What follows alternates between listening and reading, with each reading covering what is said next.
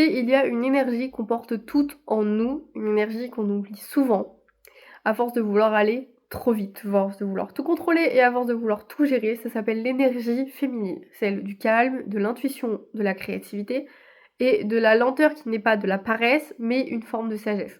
On nous apprend en fait très tôt à tout prouver, à produire beaucoup plus, mais on oublie souvent de ressentir les choses. Et aujourd'hui, j'ai envie qu'on en parle, qu'on apprenne à se reconnecter à cette partie un peu puissante et douce à la fois, et celle qui nous rend vivantes, surtout vibrantes et ancrées. L'énergie féminine, c'est pas une question de genre, c'est une polarité. C'est un mouvement intérieur qui est réel, qui accueille, qui écoute, qui ressent, qui crée et qui va guérir aussi. Elle est présente en chacune de nous, mais elle est souvent étouffée en fait par la performance, par la charge mentale, par le besoin d'être efficace, d'être rapide. L'énergie féminine, en fait, faut le voir un peu comme de l'eau. Elle s'adapte, elle coule et elle trouve toujours son chemin. Mais quand elle est bloquée, elle devient stagnante et on se sent complètement déconnecté, on se sent éteinte, on se sent sans joie. Alors pour la retrouver, il faut lui redonner de la place, tout simplement, il faut la laisser respirer et ça commence souvent par ralentir. T'as pas besoin de tout arrêter pour tout recommencer et pour te reconnecter à ton énergie féminine, en fait t'as juste besoin d'être présente. Quand tu bois ton café le matin, eh bien, sens la chaleur de la tasse entre tes mains, arrête de scroller sur ton téléphone, ça sert à rien, prends 5 minutes. Quand tu marches, essaye de te sentir marcher. Je sais pas si vous comprenez ce que je veux dire, mais souvent quand on marche, on est encore une fois sur le téléphone ou autre. Essayez de ressentir un peu toutes ces choses du quotidien qu'on ne ressent plus parce qu'on est trop pressé. Quand tu respires aussi, essaye de vraiment dans les exercices de respiration, de sentir ton ventre qui se gonfle, qui se dégonfle. Ça peut t'aider aussi. En fait, ce sont juste des petits moments qui vont vous permettre de vous ancrer un peu plus, qui vont vous ramener dans votre corps et dans le ici et maintenant. Parce que l'énergie féminine, c'est avant tout le retour à ton corps, à tes sensations, à ton rythme et à ta sagesse. Ton corps, en fait, il va toujours savoir avant ta tête de quoi il a besoin. Il te montre quand tu forces trop, quand tu as besoin de repos, ou quand quelque chose te nourrit profondément, ou pas du tout. Mais il faut le laisser parler aussi, et pour ça, il faut ralentir et il faut savoir s'écouter. Être connecté à ton énergie féminine, c'est aussi créer.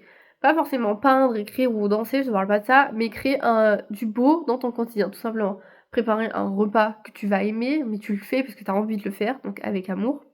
Réaménager un coin de ta maison, oui, un truc facile, hein, genre, je sais pas, par exemple, ce coin-là à côté de ma télé, je pourrais l'aménager, je pourrais virer tous mes cartons, mettre une belle plante, des étagères, une bougie, vous voyez, un truc tout simple. Euh, Écouter une chanson que t'aimes bien, même si elle te fait pleurer, écoute une chanson que t'aimes bien, qui te touche, qui te fait ressentir quelque chose en fait. Et écrire dans un journal aussi, franchement, je pense que ça peut vous aider, juste pour libérer votre esprit. La créativité féminine, c'est ça. C'est l'acte de mettre de la vie là où il y a du vide. C'est aussi, bien évidemment, l'énergie de la création. Mais c'est pas seulement celle de donner la vie, mais c'est aussi celle de faire naître de nouvelles idées, des projets, des rêves. C'est un peu l'énergie du ventre, je vais vous expliquer. De l'accueil, de la patience, de la transformation. Et parfois, elle se réveille d'elle-même, en fait. Comme si votre corps savait avant vous qu'un nouveau chapitre allait arriver et qu'il fallait que vous vous prépariez, tout simplement. Donc ce mois-ci, j'avais envie de vous rappeler que la douceur, c'est pas une faiblesse, que la lenteur, c'est pas un défaut, et que votre énergie féminine, c'est votre plus grande force. Je voulais juste faire une petite pause avant de passer à la conclusion.